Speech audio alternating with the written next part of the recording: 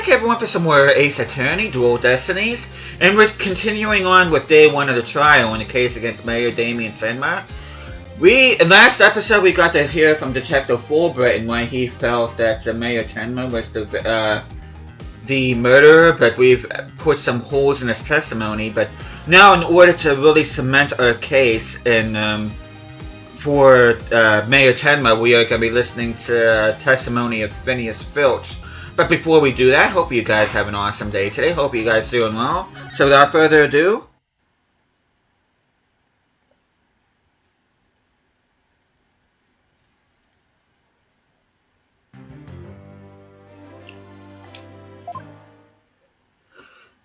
witness testimony. Guarding the foyer. At the time of the murder, I was on guard duty in the foyer, just like Mr. QB asked. I was making sure no one, fair, foul, fishy, or otherwise, could get to our guest. I was still in my office, keeping good watch when the murder happened after 3 p.m. But I didn't see nothing out of the ordinary, no siree.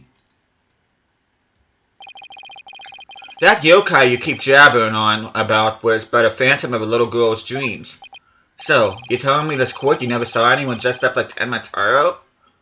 Yep, was guarding the whole time. That's the truth. The holy truth and none better but truth.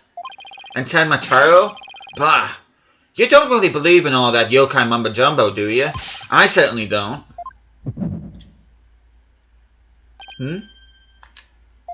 My bracelet. It's... something the matter, Apollo? My bracelet keeps squeezing my arm. Really?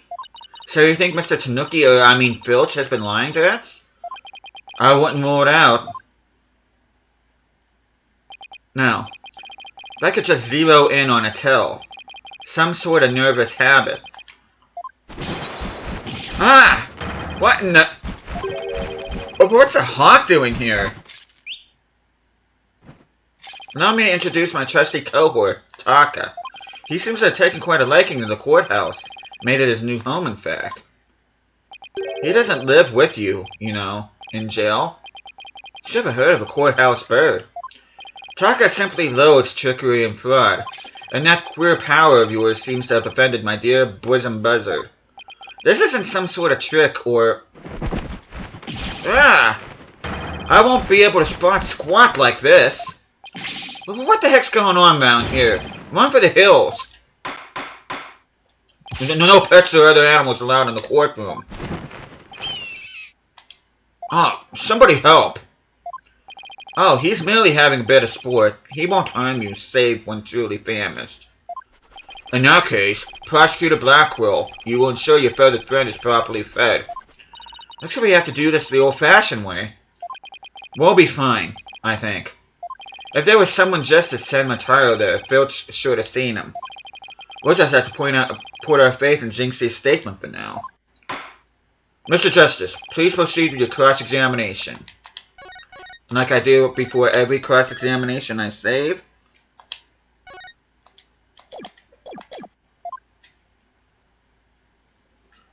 Cross-examination.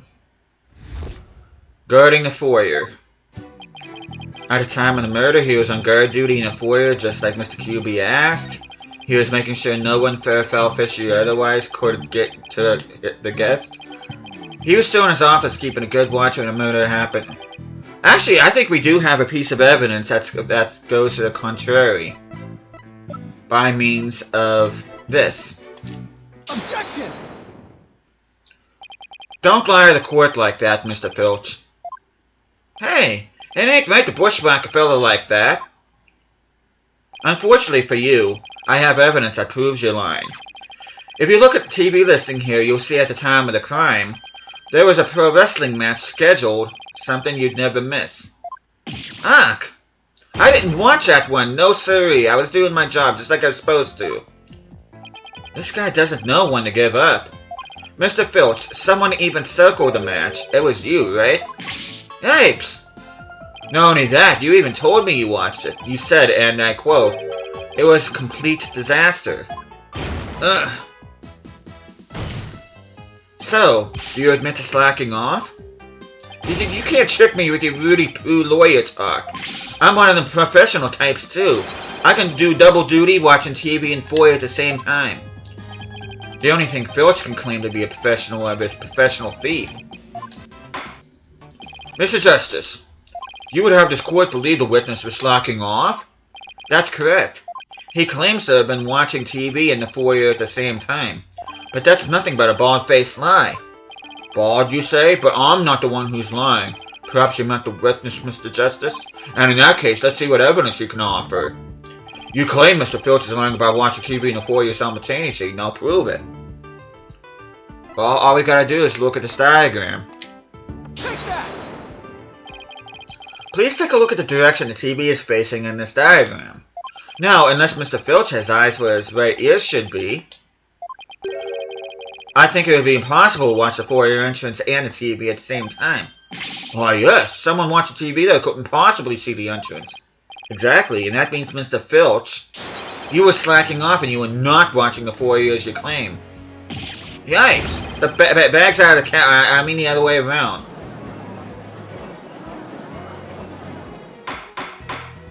Order, order, order. But Mr. Justice, is Mr. Filch's lesson style work ethic relevant to this case? It's very relevant because while he was slacking off watching TV, there really could have been a Ted Mataro impersonator in the foyer. Objection! What now? Granted, this Snooki was lax in his duties, but he still had the foyer entrance covered.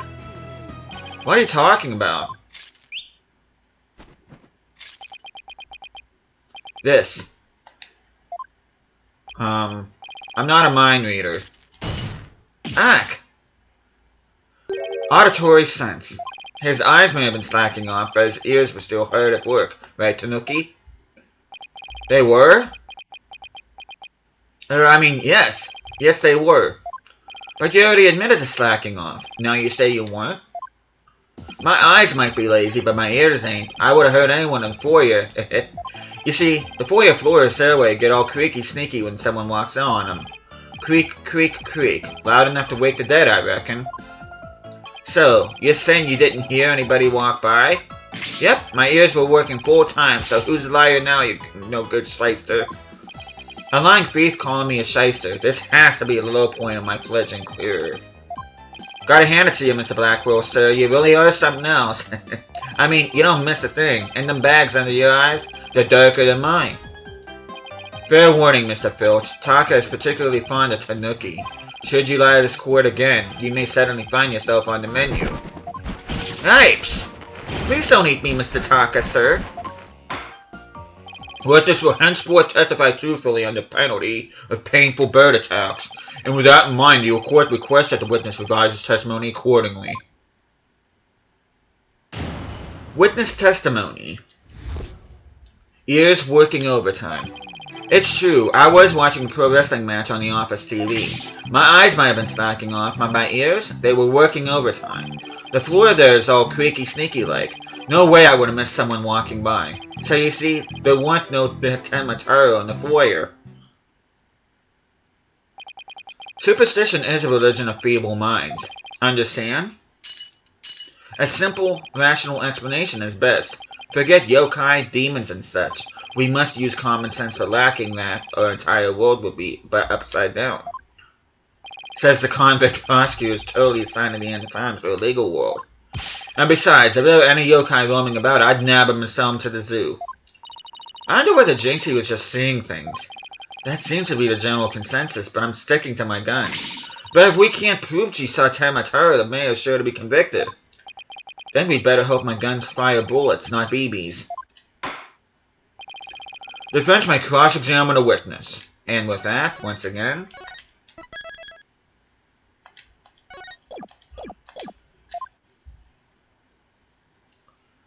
Cross-examination. Ears working overtime. It's true, he was watching a pro wrestling match on the office TV. His eyes might have been slacking off, but his ears, they were working overtime. Floor's all creaky, there's no way he would have missed someone walking by. Hold it! So, you have pretty good ears, Mr. Filch? As good as they come, I'd say. Ain't nothing here, creaky floor. Plus, that Ted Mataro makes a sound when he goes by. It's like a jingle jangle. Jingle jangle? How does he do that? That's that staff of his. That's what jingle jangles. What's he talking about, Paulo? Beats me, but I guess Tenmataro has a staff that makes noise. Come to think of it, didn't Jinxie mention something like that too? She said she saw Tenmataro holding a staff-like object that made a jangly sound. Guess that's a source of the noise then. Well, Mr. Justice? Mr. Filch says Tenmataro jingle jangles. Would you consider that vital information? I say so. Extremely vital. I request that be added to this testimony. If Tenmataro was to pass by, his staff would have gone jingle jangle, and we got this guy just where we want him. Because we are going to be presenting this. Objection! Tenmataro's staff would make a jangly sound, you say? Well, I'm going to say that the story doesn't add up. Is there something the defense would like to share with the court? Mr. Filch, you say that you didn't see Tenmataro on the day of the incident. Why then did you assume just now that Tenmataro would be holding a staff? Huh?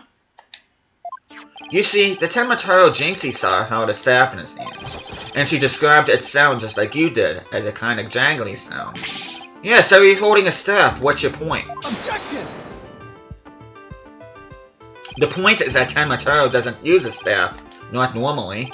What are you talking about? You see, this is the only known document depicting Tenmataro. Is there a staff in the picture, Mr. Filch? You're right, there's no staff, not even a cane or a walking stick. Heck! So, the question is, why does the witness think Tenmataro used a staff? I believe the answer will overturn the prosecution's case on its most basic level. Well now, this is getting interesting. Alright, Mr. Justice, it's time to show the court where you're going with this. Please tell the court why Mr. Filch believes Tenmataro carries a staff. Well, because he actually saw Tenmataro. Mr. Filch actually saw Tenmataro right after the crime occurred. That's the only way he could possibly know about the staff. Busted again. Bloody hell, you duplicitous little... Yes, how'd that feel, Blackwell? Not so fun when you're in the receiving end of the blade, is it? Admit it, Mr. Filch. You did see Tenmataro that day, didn't you? Well... I'm begging you, please don't make me say it. But clearly you did see Tenmataro. Stop stalling and testify to that fact. No can do, no way, no how. You ain't got no idea how terrifying he can be. He? Mr. Filch still won't admit to seeing Tenmataro, even though everyone knows he did. The question now is, why? Mr. Filch is scared to death. Is that why he can't admit the truth? Come to think of it.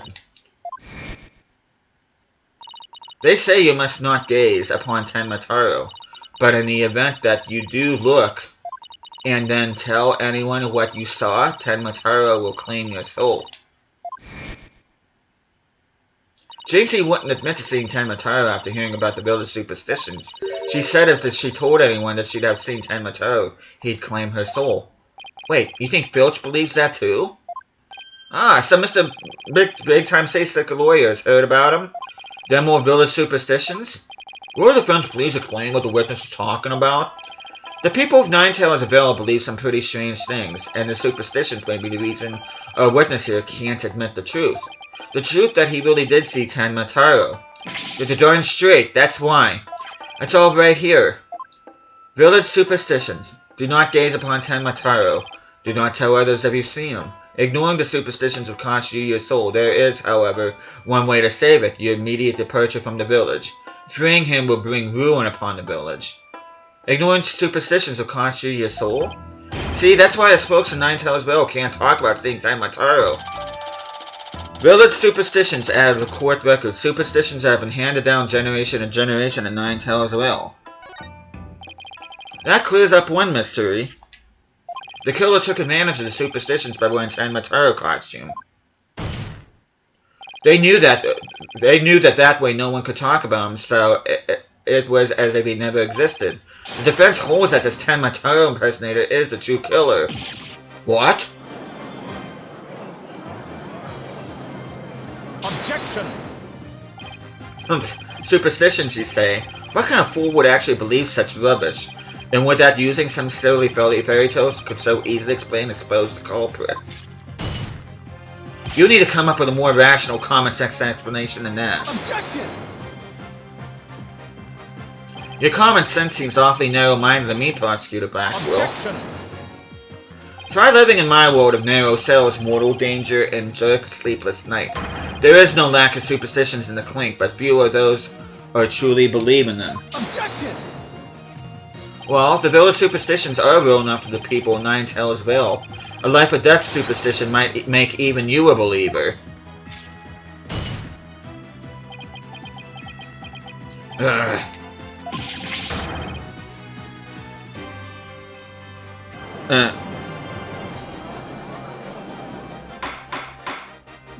Order. Order, I say. You fool of a tanuki. 2 times now your lives have cost me. Just say sorry, sorry. I promise not to do it again. Taka, my fine feathered friend. Have at him. Yikes! He's gonna eat me alive! Head for the hills! Ah, he took off. But the bailiff, what are you waiting for? After him, and with your fastest men. That's certainly not something you see every day.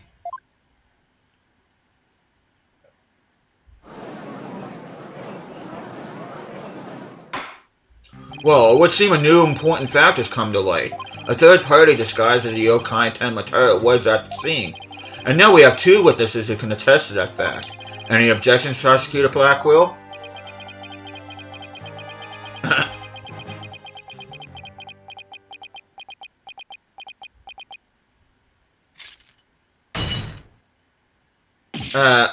Uh-oh. What? Huh? Ah, it's shackles. Ugh. I'm too young to die.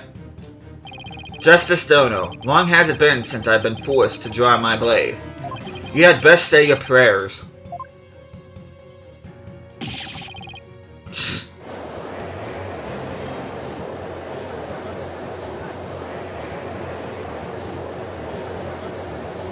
Well, things escalated quickly. The detective, do something. Have no fear, Fulbright is here. When the going gets tough, the champion of justice gets going. Objection! Then get going already before he kills us. Oh, but I stand in awe of Simon Blackwell, for it is his sense of justice that set him free. Objection, objection, I object to Detective Fulbright's definition of justice. Silence!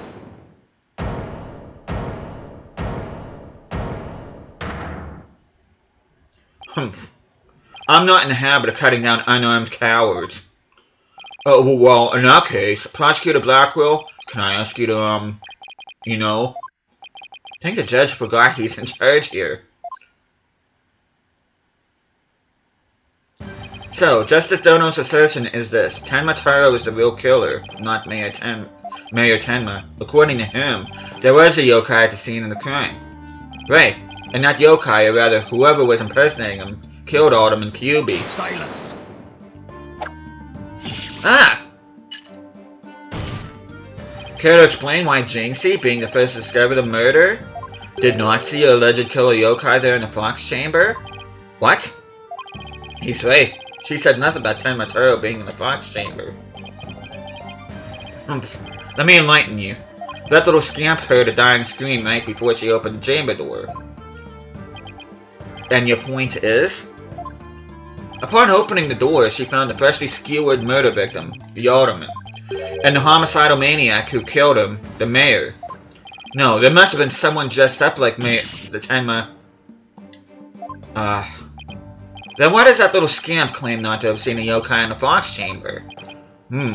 Considering her father is accused of murder, surely she would have mentioned any third party might have been in the room. I don't understand. Why didn't she see Tenmataro inside the Fox Chamber? There is but one way to find out.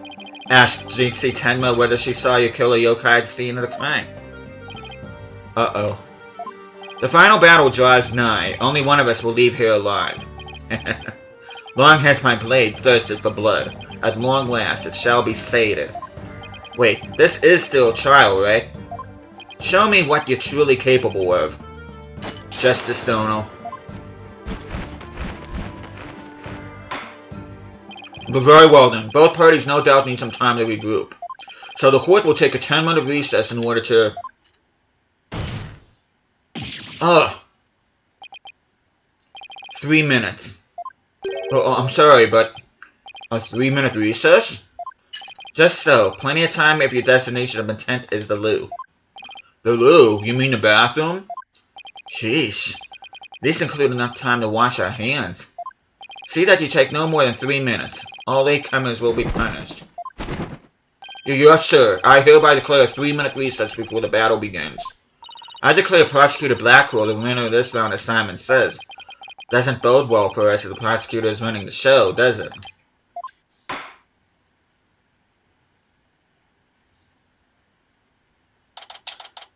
April 18th, 10:40 a.m. District Court. Defendant Lobby number 3. Yeah, that's what I thought. He busted out of the shackles. Yeah, what was that all about? Guess they don't make shackles like they used to. Better be careful, Apollo. You really brought out the samurai in him. Especially after you proved there was a Ten Matero impersonator at the manor. What's with that guy and the whole samurai act, anyway? Such fine swordsmanship. That is no mere act. Mr. Justice, it's high time I challenge this jailhouse prosecutor to a duel. No, wait, let's save the dueling until after we prove your innocence. Suppose we could wait until later. Does anyone remember we're conducting a trial here? Athena, I'm gonna go wash up. Remember what Blackwell said, Apollo, don't be late. And with that, we are gonna go ahead and save here. And the next time I see you guys, we will be hearing from Jinxie Tenma herself, so hope you guys looking forward to that. But thank you guys so much for watching this. Hope you guys are enjoying the series so far. I'll be seeing you guys again next time.